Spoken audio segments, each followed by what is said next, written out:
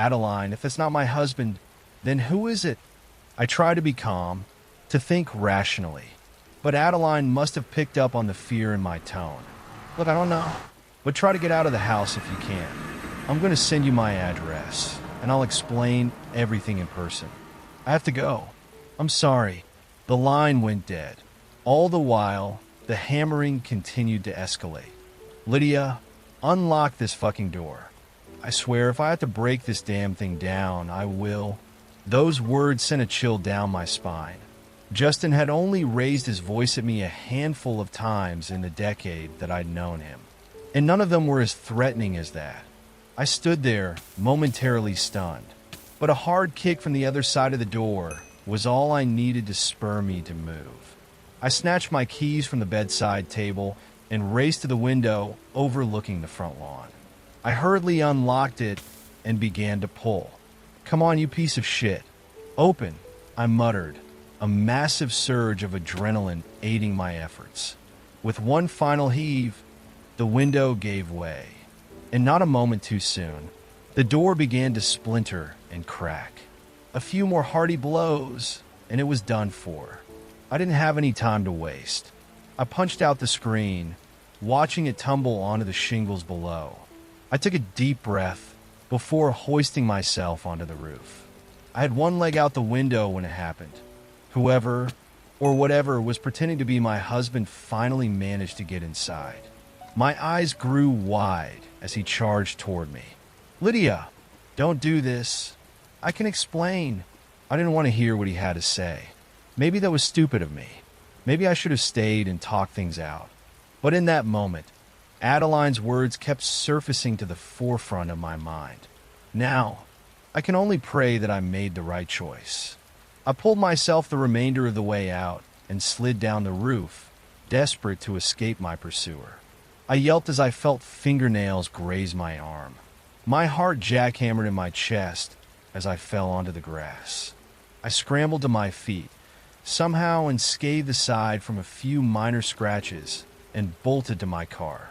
I flung open the door, threw myself inside, and jammed the keys into the ignition. Before I peeled out of the driveway, I briefly glanced up. Justin's lookalike was standing in the window, glowering at me. A devastating sense of dread consumed me as our eyes locked. That's what terrified me the most. His eyes. They were burning with rage, but something about them felt wrong. In fact, his entire face looked off, like he was trying to express an intense emotion, but he didn't quite know how. That instantly destroyed any qualms I had about leaving. I slammed the car into reverse and floored it. I briefly looked back as I sped away, and my stomach twisted itself into knots when I did. The window was empty. I was a wreck the whole way to Adeline's. An overwhelming flood of confusion, resentment, and fear swirled within me as the realization sank in. Justin really had cheated on me. And on top of that, he was leaving me for his mistress. It was all too much to process. I flew down the empty streets, tears trickling down my face. How did this happen? Why me? Why couldn't I have normal marital problems, like leaving the milk out or arguing over whose turn it was to do the dishes?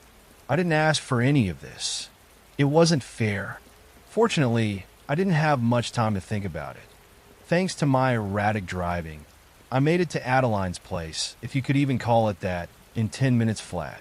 I quickly parked beside the curb and stepped out. I gazed in bewilderment at the rundown shack as I made my way to the door. The house was tiny compared to ours. Faded, yellow paint peeled off the exterior. The shutters clung on for dear life, and empty beer bottles littered the front lawn. I'd be lying if I said it didn't give me a little glint of satisfaction. I took a deep breath as I approached the door. Was I really going through with this? How did I know that Adeline was even telling the truth? Maybe I shouldn't have come. Before I had a chance to mull over any of those thoughts, the door swung open.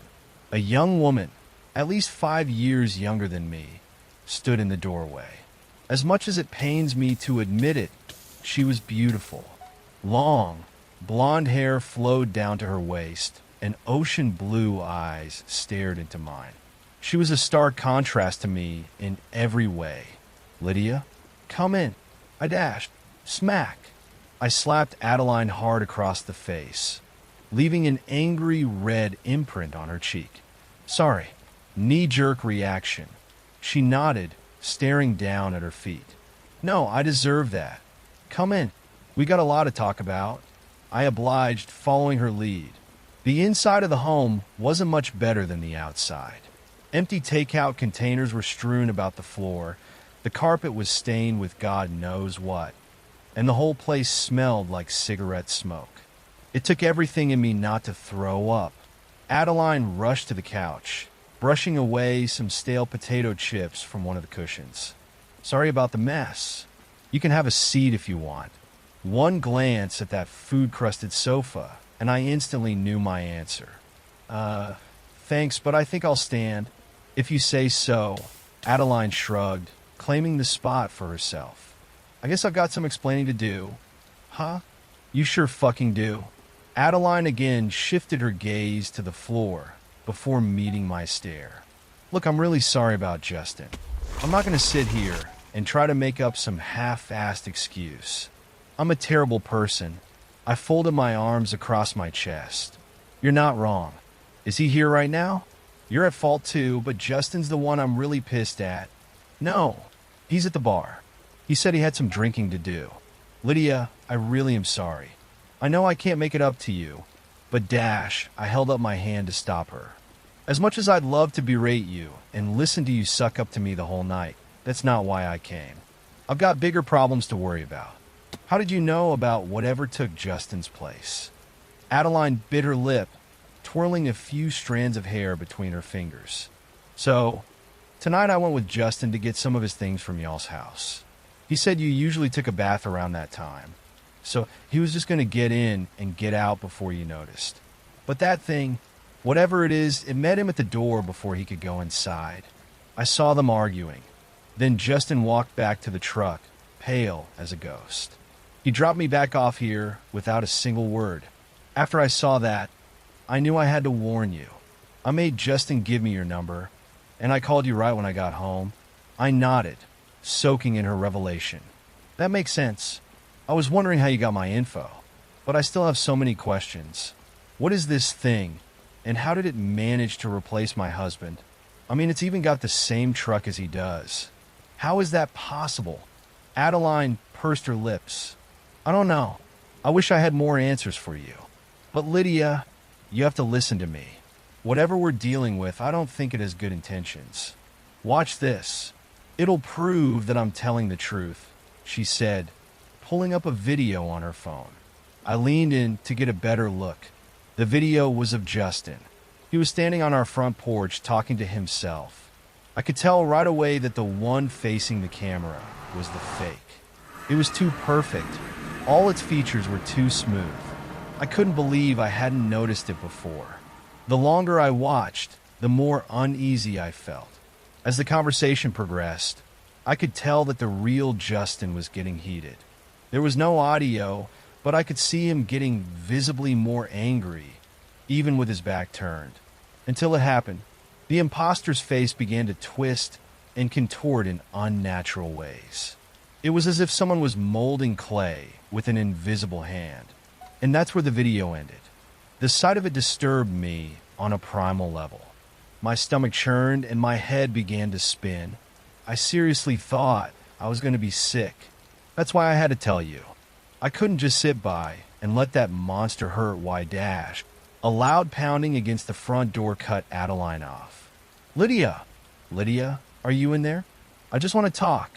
Adeline and I shared a terrified glance. This couldn't be happening. How had he tracked me down?